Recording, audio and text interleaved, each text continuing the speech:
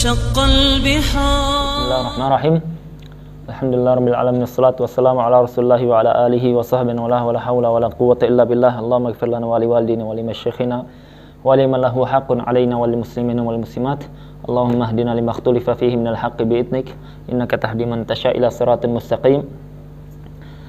Sahabat yang dimuliakan Allah Subhanahu wa taala, insyaallah kita lanjutkan pelajaran kita. Ya, kita mohon maaf kemarin hari Kamis ada pelajaran yang kosong karena kita juga tersibukkan dengan ujian ya, karena selesai kitab kita ada ujian oleh di pondok kegiatan santri ya, karena kita punya kegiatan juga maka ya ini mohon dimaafkan ya, itu uzur dari kami. Kemudian insya Allah kita juga akan membuka pelajaran khusus. Rencananya kita mau bagi menjadi dua jenjang. Jenjang yang pemula ya, kemudian yang kedua adalah jenjang yang tingkat lanjutan ya. Jadi ada kelas 1, ada kelas 2 ya. Nanti kita akan mau buka itu. Pengajarnya sudah siap. Kemudian juga kita ada buka kelas khusus akhwat ya. Kelas khusus akhwat nanti diajar langsung oleh istri saya. Ya, juga sama-sama lulusan dari Yaman, belajar dari Yaman ya, kami yang ajarkan langsung, belajar juga dengan para istri masyayikh ya di sana. Nanti kita akan buat berarti 3 kelas ya, dan kita lebih buat disiplin, lebih rapi lagi, lebih profesional lagi. Diharapkan nanti yang ingin bergabung agar bisa mengikuti di Facebook kami nantinya ya. Nanti kita akan share atau di Facebook pondok nanti akan di-share biidznillah ta'ala. Kemudian kita melanjutkan pembahasan selanjutnya, faslun fi arkanis shalah wa sunaniha. Fasal masalah rukun salat dan sunah-sunah salat. Qala al-muallif rahimahullah ta'ala nafa'ana bil ilmi fid darain wa arkanus salati 18 ruknan. Rukun salat ada 18 rukun. An-niyatu, yang pertama adalah an-niyah, niat. Wal qiyamu ma'al qudrah. Ya, kemarin kita sudah jelaskan masalah niat. Ya, kita sudah jelaskan masalah niat. Yang kedua adalah al-qiyam ma'al qudrah. Yang selanjutnya adalah al-qiyam ma'al qudrah. Ya, sejatinya pembahasan niat itu ada beberapa pembahasan dalam mazhab itu sendiri, tetapi kita cukupkan dengan pembahasan kemarin karena ini pemula. Insya Allah kita akan kaji lebih meluas sedikit di kajian untuk yang kelas yang lanjutan ya. Wal qiyamu ma'al qudrah, yaitu berdiri ma'al qudrah bagi yang mampu. Dalam syariat kita secara umum bahwasanya syariat itu tidak membebankan di luar kemampuan hamba. Sehingga orang yang tidak mampu maka dia bisa jadi diberikan rukhsah, diberikan toleransi, atau bahkan dia gugur. Ya, dia gugur ibadah tersebut. Contoh yang pertama, diberikan toleransi orang tidak mampu berdiri dalam sholat, maka dibolehkan dia duduk. Tidak mampu duduk, dibolehkan dia berbaring. Tidak mampu dia dalam kondisi menggerakkan anggota tubuh, dibolehkan dia dengan isyarat dan seterusnya. Selagi dia masih memiliki al-aqlu, memiliki akal, maka dia wajib untuk melakukan ibadah. Atau dia misalkan tidak mampu dalam kondisi kalau dia mau berwudu ya, berwudu dia tidak mampu karena apa? Terlalu dingin. Maka dia gugur berwudu tetapi berpindah ya, pada tayamum. Atau dia tidak mampu untuk menutup aurat. Kenapa? Karena tidak ada pakaian, tidak ada sesuatu yang bisa menutup auratnya. Maka dia sholat dalam kondisi yang memungkinkannya. Ya, seperti orang yang dipenjara atau orang yang misalkan ditahan atau dalam kondisi perang, dalam kondisi di lautan atau semisalnya. Dan begitulah syariat. Jadi disyaratkan mampu dalam banyak syariat. Al-qiyam ma'al qudrah, disyaratkan termasuk rukun dalam salat adalah dia berdiri dalam kondisi qudrah, mampu ya. Jadi ini berlaku rukun ini untuk salat wajib, ya, untuk salat wajib. Orang yang dia tidak mampu berdiri dalam salat wajib boleh duduk. Tetapi orang yang dia dalam salat sunnah mampu berdiri boleh duduk. Ya, tetap boleh duduk dalam kondisi dia salat sunnah meskipun dia mampu berdiri. Dibolehkan dia duduk, tetapi dia mendapatkan setengah pahala orang berdiri.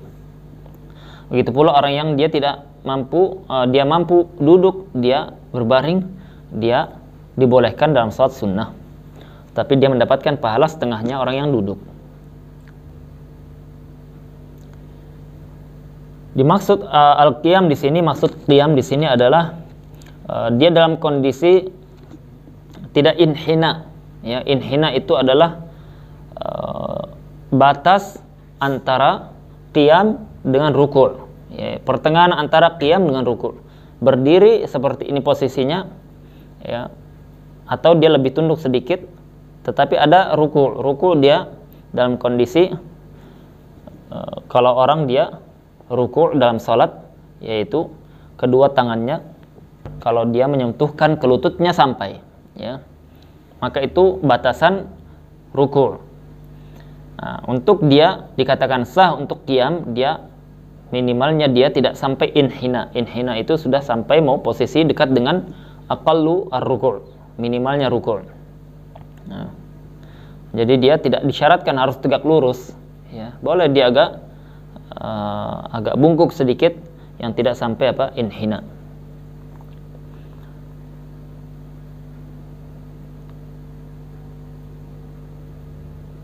Itu kembali kepada bahasa, Orang yang dikatakan qiyam berdiri itu yang dia terbedakan antara al-inhina tunduk, ya, yang sampai membuatnya tidak dikatakan qiyam berdiri. Nah, itu maksudnya qiyam al-qudrah. Karena ada orang bungkuk, ya, ada orang yang dia bungkuk, ya, ada yang dia terkadang dia punya penyakit pinggang, dia tidak bisa berdiri tegak. Kalau dia misalkan tidak bisa berdiri kecuali dengan bersandar, kecuali dengan memegang tongkat, maka wajib dia menggunakan tongkat tersebut, wajib dia bersandar. Dalilnya adalah dari Imran ibn Husain radhiyallahu anhu, qala kanat bi bawasir. Aku dahulu itu punya penyakit bawasir, ya. Fa asaltu Nabi sallallahu alaihi wasallam anis shalah. Maka aku bertanya kepada Nabi sallallahu alaihi wasallam tentang salat dengan penyakit seperti ini. Faqala shalli qa'iman fa illam tastati' fa qa'idan fa illam tastati' fa ala janbin. Salat berdiri tegak, kalau tidak bisa maka duduk, kalau tidak bisa maka berdiri, maka berbaring di atas yaitu di atas bahu sebelah kanan, kemudian sebelah kiri. Kemudian pembahasan selanjutnya, kalau orang yang tidak mampu berdiri bagaimana? Ya, kalau orang tidak mampu berdiri bagaimana? Maka tidak mampu ini ada dua. Yang pertama tidak mampu yang dia kondisi diberikan rukhsah. Yang kedua tidak mampu yang dia tidak diberikan rukhsah. Pertanyaannya, tidak mampu bagaimana yang dia diberikan rukhsah? Maka laisal murad bil ajiz adamul imkan, bal murad bihi khaf al halak. Yang dimaksudkan tidak mampu dia berdiri adalah dia khauful halak, khawatir kalau dia berdiri dia akan parah penyakitnya, atau dia bertambah sakit kalau dia punya penyakit, atau dia khawatir membinasakan dirinya kalau dia berdiri, atau dia khauf masyaqqah syadidah, dia merasa sangat berat sekali, ya, karena punya uzur seperti dia misalkan bungkuk atau punya penyakit, atau dia misalkan dawaran ras fi haqqi raqib safinah, dia pusing kalau misalkan berdiri dalam kondisi di atas kapal, ya. Wa qala Syafi'i wa huwa an la yutiq al-qiyam illa bi masyaqqah ghair muhtamalah atau ghair muhtamilah. Berkata al-Imam Syafi'i radhiyallahu anhu, bahasanya yang dimaksud al-ajaz yaitu tidak mampu berdiri adalah dia tidak mampu berdiri kecuali dengan masyaqqah, rasa berat yang tidak dibuat-buat, rasa berat yang sangat. Ya. Maka dia dibolehkan untuk duduk. Yang kedua, rukun takbiratul ihram. Takbiratul ihram itu adalah pembuka salat. Seseorang tidak sah salatnya kalau tanpa takbiratul ihram. Yang dimaksud dengan rukun di sini adalah al-lafzu, lafadznya, mengucapkan Allahu Akbar. Tidak sah dia mengucapkan dengan lafaz selain Allahu Akbar. Misalkan dia mengatakan Ar-Rahmanu Akbar, atau dia mengucapkan dengan sifat yang lain, Allahu misalkan A'zam, ya, meskipun maknanya semuanya makna yang baik, makna yang diterima secara syariat, tetapi tidak sah. Kenapa? Karena itu tidak dilakukan Nabi Sallallahu Alaihi Wasallam. Nabi SAW muwadzabah melakukannya tanpa diganti dengan lafaz yang lain, padahal ada lafaz yang lain. Maka ini menunjukkan rukun yang harus wajib kita ikuti, tidak boleh mengubahnya. Adapun orang yang dia mengucapkan mengucapkan lafaz tanpa dia tanpa angkat tangan, ya, tanpa dia mengangkat tangannya, maka ini tetap sah salatnya. Karena yang jadi patokan adalah al-lafdu, lafaz, ya, bukan mengangkat tangan. Adapun dibalik, orang yang mengangkat tangan tidak mengucapkan lafaz, maka tidak sah salatnya. Yang banyak terjadi atau sebagian orang yang dia salat dalam kondisi masbuk, imamnya sudah ruku'. Apa yang dia lakukan? Dia langsung ruku' tanpa takbiratul ihram, ya. Dia langsung ruku' tanpa takbiratul ihram, ya. Atau dia takbiratul ihram tetapi dalam kondisi apa? Dalam kondisi ruku', tidak qiyam, ya. Maka nanti di antara syarat di antara syarat sahnya takbiratul ihram adalah wa huwa qa'imun, dalam kondisi dia qiyam, berdiri, ya. Tidak sah takbiratul ihram dalam kondisi ruku'.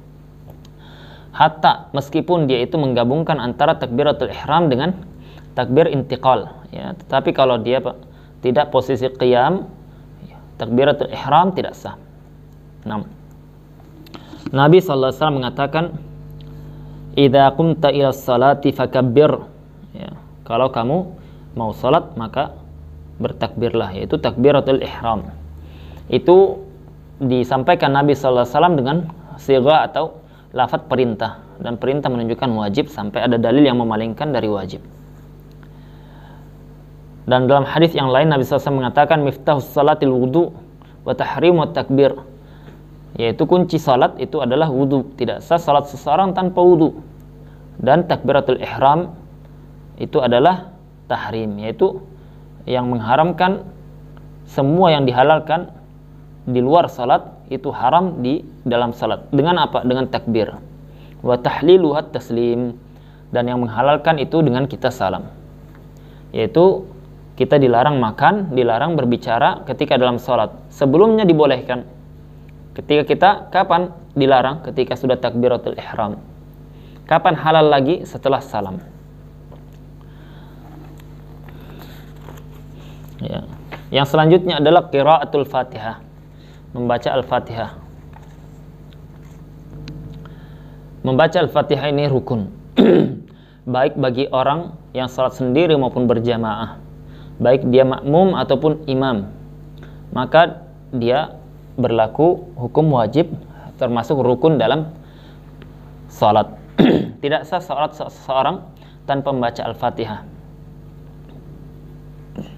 Dan ini adalah mazhab Syafi'i. Ya, ini adalah mazhab Syafi'i. Meskipun mazhab lain mengatakan kalau dia salat berjamaah yang jahar, yang imamnya itu membaca secara jahar, yaitu mengeraskan suara, maka bacaan imam sudah cukup untuk makmum. Yaitu mazhab yang lain kita tidak masalah. Yang penting kita jelaskan mazhab Syafi'i seperti ini. Ya, berdasarkan hadis Nabi sallallahu alaihi wasallam, annahu qala la salata liman lam yaqra bi Fatihatil kitab. Tidak sah salat seseorang yang tidak baca Al-Fatihah. Ya. La salata di sini adalah menafikan salat. Sedangkan menafikan salat itu bisa tergambar atau 3 kemungkinan. Pertama, tidak sah salat. Yang kedua adalah tidak sempurna salat. Yang ketiga adalah tidak ada salat. Itu tidak ada, memang tidak ada salat, ya, tidak terjadi. Yang pertama, tidak sah salat. Itu adalah mazhab Syafi'i, yaitu membagi atau menjadikan la salata bima'na la sihah, yaitu menjadikan pemahaman hadis Nabi sallallahu alaihi wasallam itu dengan pemahaman tidak sah. Tidak sah. Karena kalau kita melihat bahwasanya ketika Nabi SAW mengatakan la salata liman lam yaqra bi Fatihatil Kitab, Nabi SAW dalam riwayat yang lain menyebutkan bahwasanya para sahabat di belakang Nabi SAW membaca ayat, mengikuti Nabi SAW ketika apa? Membaca ayat. Didengar oleh Nabi SAW dan terganggu salatnya. Ketika terganggu salatnya, maka Nabi SAW mengatakan setelah salat, ya, kenapa kalian atau siapa yang mengganggu saya, ya, yang membuat izdiham, yaitu berdesak-desakan, maksudnya adalah membuat kegaduhan, mengganggu bacaan imam, ya. Maka Nabi SAW, kalau kalian membaca, maka baca Al-Fatihah saja, tidak yang lain. Maka di situ menguatkan bahwasanya qiraatul Fatihah diwajibkan, ya. Karena kalau bacaan imam sudah cukup dari bacaan makmum, maka dia tidak diperintahkan untuk membaca Al-Fatihah lagi. Nah, dalam masalah seperti ini kita berlapang dada selapang-lapangnya, ya, selagi ada pendapat mujtahid yang lain yang mereka juga memiliki dalil yang tidak lemah. Maka dalam mazhab Syafi'i tidak sah kalau dia tidak membaca Al-Fatihah. Ya, tidak sah membaca Al-Fatihah. Wajib membaca Al-Fatihah. Kalau dia tidak hafal, maka dia wajib belajar. Ya, kalau dia tidak menghafal, dia wajib belajar atau dia melihat, ya, misalkan di hadapannya mushaf. Ya, di hadapannya tertulis Al-Fatihah. Jadi dalam salat hanya dua yang diwajibkan, yaitu Al-Fatihah dengan bacaan tasyahud akhir, ya, bacaan tasyahud akhir. Ya, maka ini siapapun yang dia belum lancar Al-Fatihahnya, dan jangan dimudahkan Al-Fatihah itu seperti gambaran sebagian orang yang dia membaca Al-Fatihah belepotan, tidak sesuai dengan aqallul mujzi, yaitu minimalnya dia sah bacaannya. Karena kita katakan tadi rukun. Kalau rukun itu tidak ada, maka tidak sah salatnya. Maknanya kalau orang yang dia membaca Al-Fatihah tidak sesuai dengan standar minimal yang disebutkan fuqaha, yang disebutkan oleh ulama fikih, maka tidak sah dia. Contoh kecil, orang dia membaca Al-Fatihah, dia katakan Alhamdulillahirabbil alamin, dia apa? Seperti nga, yaitu ain. Dia baca ngain, yaitu ada n, g, a, ngain. Ya, ini sebagian orang seperti itu. Itu tidak sah salatnya. Ya. Tidak sah salatnya. Harus dia, Pak, kalau dia tidak bisa, memang sudah lisan kami seperti ini, Ustaz, misalkan lisan kami seperti ini, maka wajib belajar hukumnya, ya. Karena ini keabsahan salat, ya, bukan masalah apa, bukan masalah dia sunnah atau makruh, tetapi ini sah salatnya atau tidak, ya. Itu kalau dia misalkan ikut pendapat yang mewajibkan Al-Fatihah, atau dia salat sendiri.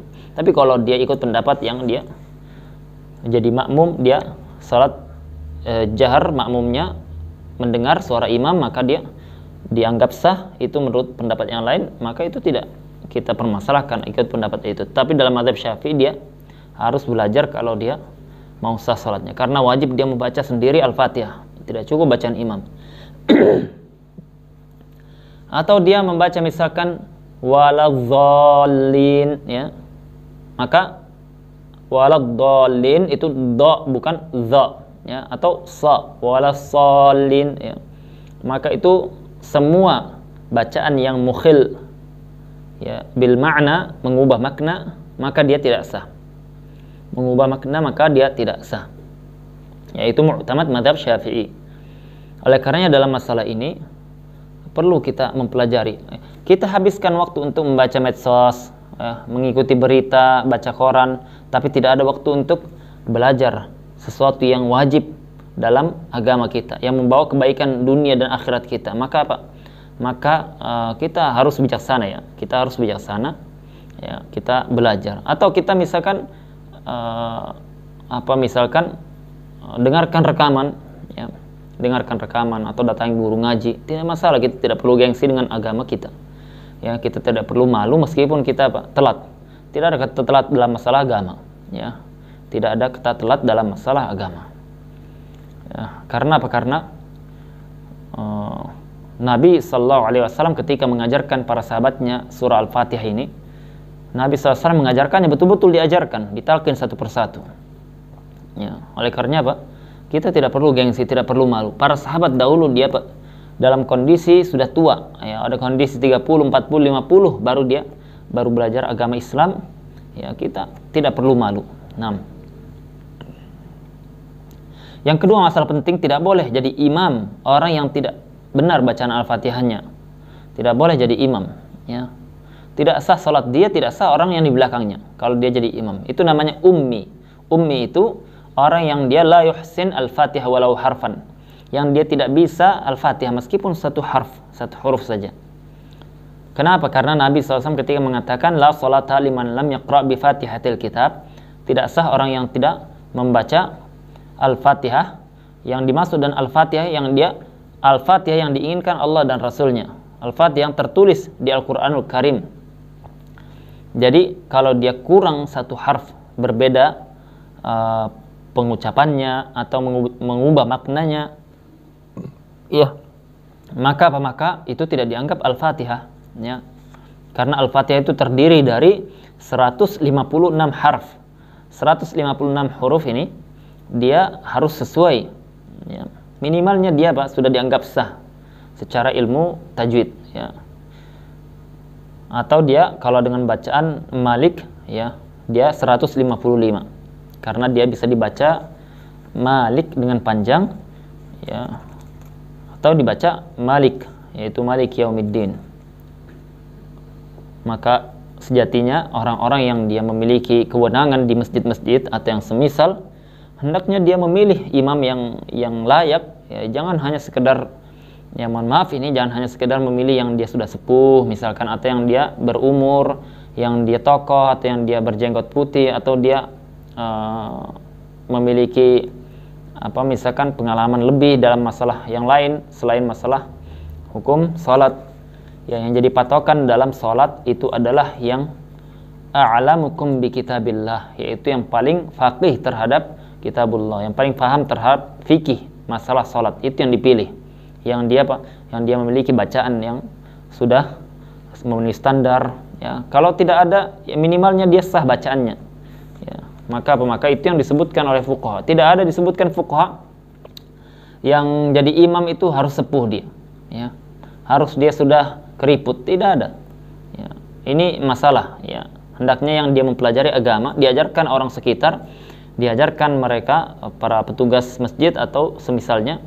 Dan ini sejatinya tugasnya para lembaga-lembaga resmi, ya, atau ormas-ormas yang memiliki otoritas, yang memiliki suara, sampaikan masalah ini, ya. Karena kita, ya, subhanallah, kita berapa kali dapati masjid yang seperti itu, bacaan Al-Fatihahnya kita pastikan tidak sah, ya, kita pastikan tidak sah. Terkadang itu membuat kita terkadang ini, ya, kasihan dengan orang-orang salat seperti itu, ya. Oleh karenanya dalam agama kita harus mengikuti apa yang dituliskan oleh para ulama, ya, bukan hanya mengikuti adat setempat saja, ya.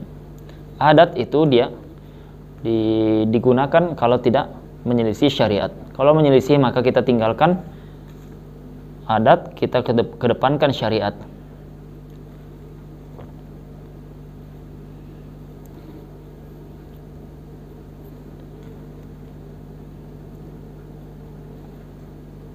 Dia katakan di sini walau lahana lahnan yughayyirul ma'na.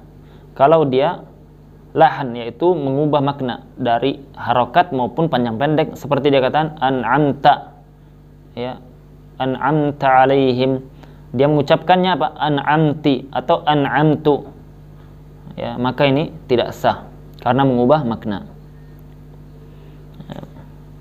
Adapun orang yang dia tidak mendapatkan waktu untuk membaca Al-Fatihah, yang dikenal dengan masbuk, yaitu al-masbuku man lam yajid waqtan yas'u fihi liqira'atil Fatihah.